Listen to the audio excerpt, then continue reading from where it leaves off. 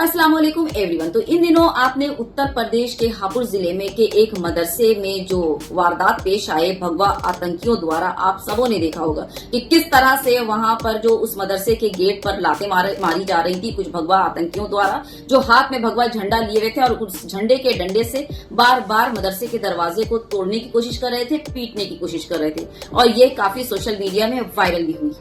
और ऐसी हरकत करने की वजह ये बताई गई कि उस मदरसे के बच्चों ने जो है वो कावड़ का अपमान किया। ठीक, तो इसलिए वो कावड़ के भेष में जितने भगवा आतंकी थे वो मदरसे के सामने पहुंचते हैं और अपना ज़ॉम्बी वाला नंगा नाच दिखाना शुरू कर देते हैं।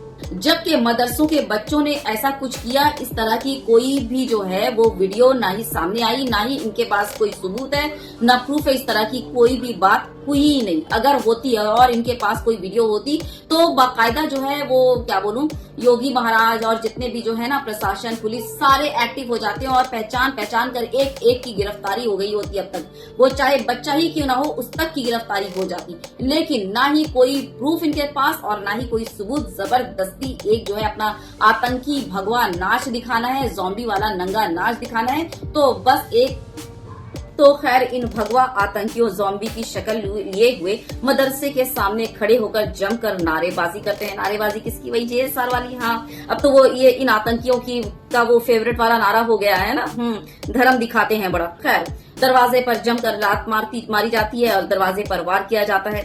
इस भीड़ में शामिल एक शख्स जो आपको वीडियो में नजर आ रहा है, आप देख सक रहे हैं, ठीक ना, वीडियो में नजर आ रहा साफ साफ, मदरसे के दरवाजे पर हाथ में भगवा झंडे लिए उस डंडे से किस तरह से वार कर रहा है, देख रहे हैं ना। आपको जानकर हैरत होगी कि जो शख्स फॉर्च्यूनर की छत पर बैठकर हाथ में भगवा झंडा लेकर आया और मदरसे के दरवाजे पर गालियां दी, JSR के नारे लगवाए और मदरसे के दरवाजे पर उस डंडे से, झंडे के डंडे से वार किया, वो कोई और धमकी भी दी, गालियां दी, जमकर धमकी दी।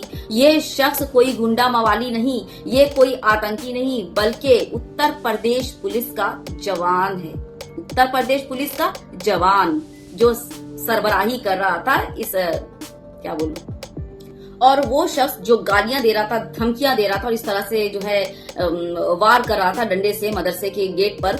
इस बात की पुष्टि वहां के मदरसे के आसपास के रहने वालों ने की कि ये जो है यूपी पुलिस का जवान है। बताइए जरा।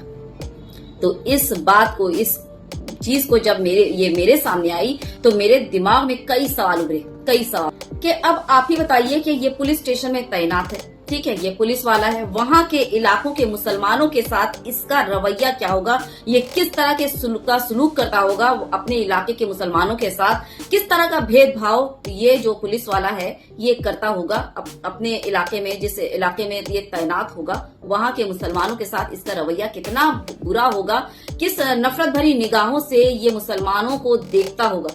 आप इमेजिन ही कर सकते हैं सिर्फ इसकी ये हरकत देखकर कि वहां के मुसलमान किस तरह का मतलब वो क्या बोलूं जुल्म झेल रहे होंगे इस पुलिस वाले के द्वारा। जब इस पुलिस वाले के थाने में कोई फरियादी, मुसलमान फरियादी खासकर आता होगा अपनी फरियाद लेकर, तो ये पुलिस वाला उस मुसलमान फरियादी के साथ किस तरह का बर्ताव करता होगा, आप ये बखूबी अंदाजा लगा सकते हैं। और यहाँ एक बात और भी गौरतलब है, वो ये कि जितने भी इस तरह के मामलात होते हैं, चाहे वो पुलिस की गुंडागर्दी हो, भगवा आतंकियों की गुंडागर्दी हो और कावड़ियों का वो हुड़दंग हो, या होली के मौके पर इस तरह से जो है रास्ते में लड़कियों के साथ छेड़छाड़, मुसलमान को देखकर जो है वो ज़ॉम्बी बन जाना, ये सब आपने सोशल मीडिया में काफी वीडियोस देखे ही हैं, है ना। और बहुत सारे मामला जैसे कि वो गौ तस्करी वाला, गौ हत्या वाला, बड़े बड़े बूचड़ खाने सारे वो उत्तर प्रदेश, यूपी वगैरह में, है ना। सारे मामला, जितने भी आतंकियों के मामला, जितने वो गैंग रेप, वो नाबालिग बच्चियों के साथ रेप, मैक्सिमम केस जो है वो उत्तर प्रदेश के ही होते हैं। तो बस यहाँ पर मैं ये सवाल पूछना चाह रही थी, जरूर इस बात को कमेंट बॉक्स में बताइएगा, अपनी राय जरूर दीजिएगा